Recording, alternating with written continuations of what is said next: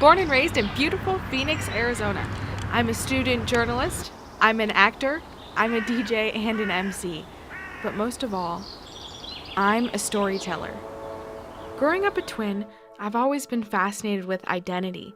I'm from a mixed religious household, half Christian, half Jewish, and somewhere along the line, I wanted to find out what makes me 100% me. My whole life, I felt like I was forced to fit into a box. As a plus-size Jewish woman and an artist, I never really fit the mold. Come with me on a journey to unbox the truth, share stories, and find out what it really means to be a Jewish millennial in America. Come on, let's go.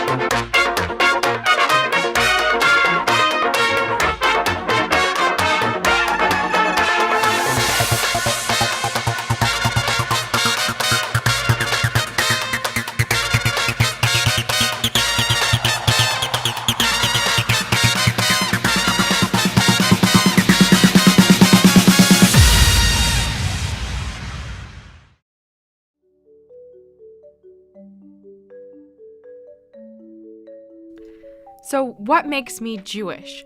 In 1960, my amazing grandparents, Don and Ruth Kearns, adopted my mom, Elizabeth Sampson. Through some digging, my grandparents found my mom's biological family and her dad, Jerry Soft, and that's a link to my Jewish blood and ancestry. That's how you get me, and my twin sister Amber.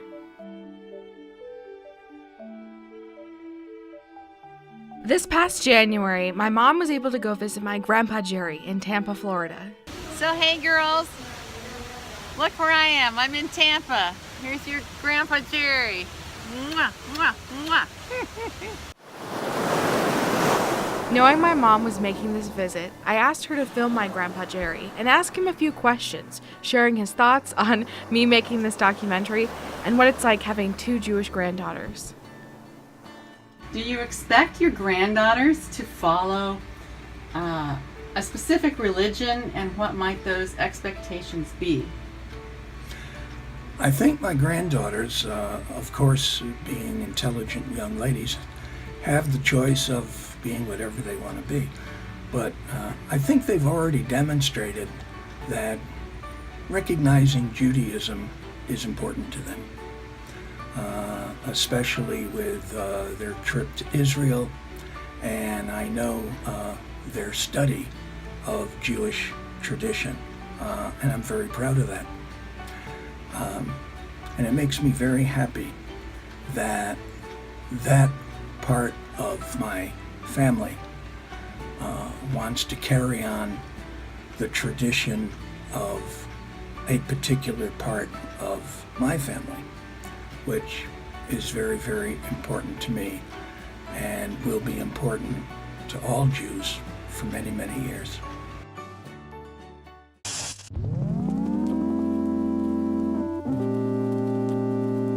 And so I headed to Tempe to meet with the director of Jewish Studies at Arizona State University. This is Hava Samuelson, who engaged in a 2-hour-long dialogue with me about what it means to be Jewish.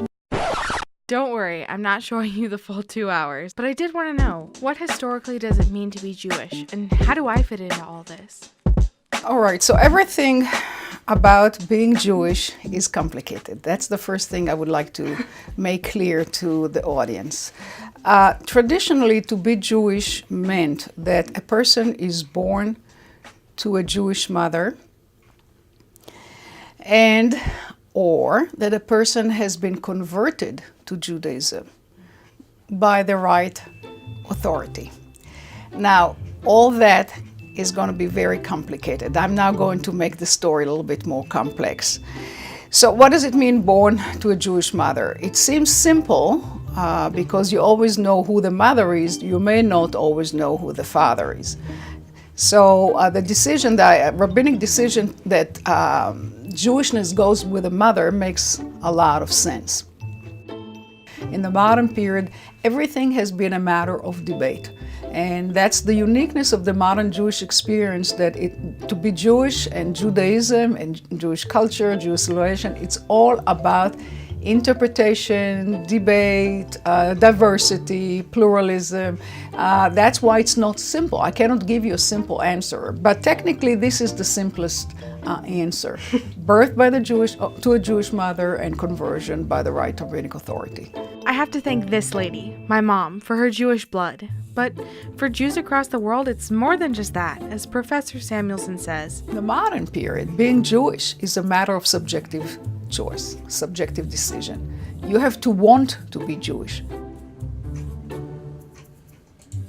With the ticking dual Israeli-American clocks in the library, our conversation turned to what American Jewish identity means. What makes Judaism unique is that it's a religious tradition and a civilization that has clearly one geographical center, and that's the land of Israel. And now we will look out At the Western Wall. So you cannot tell the story of Judaism without reference to the land of Israel. Say that most American Jews probably do not see Israel as their homeland. They see, if they were born in America, they considered America their homeland. But for the Jewish culture as a whole, indeed, the land of Israel is the homeland. So what follows from that? What does it mean to be at home in one place in the world? So we have roughly a little bit over 6 million Jews in America. And most of these Jews really felt that America is their home, I would say only after World War II, and even more specifically maybe after 1967. After 1967, the Six-Day War, when Israel really was very successful within 6 days of war, and that changed how American Jews felt about being Jewish in America. So in the end, for me, in the modern period, to be Jewish, especially in the post-Holocaust era, it's a matter of decision. You have to want to be Jewish because nobody forces you to be Jewish. So what about Jewish millennials like me? How do we form our own identity? For millennials, indeed the issue of identity is very challenging. Because if you grew up without clear Jewish the markers of a Jewish home, or that you didn't go to a Jewish synagogue, or you didn't go to a Jewish school, you didn't read anything Jewish growing up, then you ask yourself, well, what does it mean for me to be Jewish? I don't have to be Jewish. I really can be an American. I don't have to define myself at all in terms of this marker, whether it's religious or ethnic or both. But since you do define yourself, you've decided to call yourself a Jew, Yeah. then the onus is on you. The onus is, or the burden is on you to fill that self-definition with content.